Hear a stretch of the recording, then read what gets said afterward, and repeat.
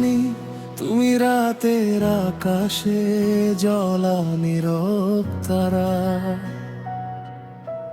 তোমার ছোঁয়া পেলে মনটা হয়ে যায় স্বপ্নে ভরা সারা। এই শহরের কোলাহলে তোমার নামেই শান্তি পাই। তুমি না থাকলে এই হৃদয়টা কোথায় যে হারায় ভাই। চুলের ঢেউয়ে লুকানো তোমার সেই মায়াবী ছায়া, চোখের ভাষায় লেখা যেন অজানা কোনো মায়া।